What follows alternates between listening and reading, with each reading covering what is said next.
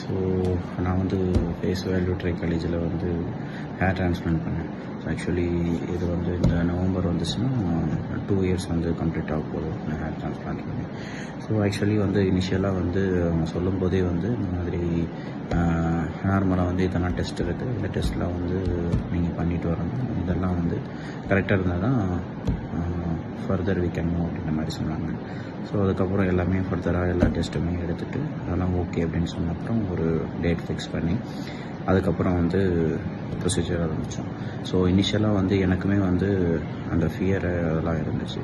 So நான் என்ன suggest பண்ணேன்னா, எதுவுமே வந்து யாரும் சொல்கிறது யூடியூப்பில் பார்க்குறது அதெல்லாம் எதுவுமே வேணாம். ஸோ அந்த பெயின்லாம் எதுவுமே அந்தளவுக்கு இருக்காது. நமக்கு வந்து அந்த ஜஸ்ட்டு நம்ம பிக் பண்ணும்போது மட்டும் அந்த டைமில் மட்டும் கொஞ்சம் பெயின் இருக்கும். நார்மலாக வந்து பெயின்லாம் அந்தளவுக்கு இருக்காது. நமக்கு டிஸ்கம்ஃபர்ட் இருக்கும், ஒரு 4-5 டேஸ் அந்த டிஸ்கம்ஃபர்ட் இருக்கும். அதுக்கப்புறம் நார்மலாக வந்து உங்களுக்கு வந்து 4th மந்த்லேருந்து யூ கேன் ஃபீல் உங்களோட இது க்ரோத் வந்து உங்களுக்கு வந்து தெரியும்.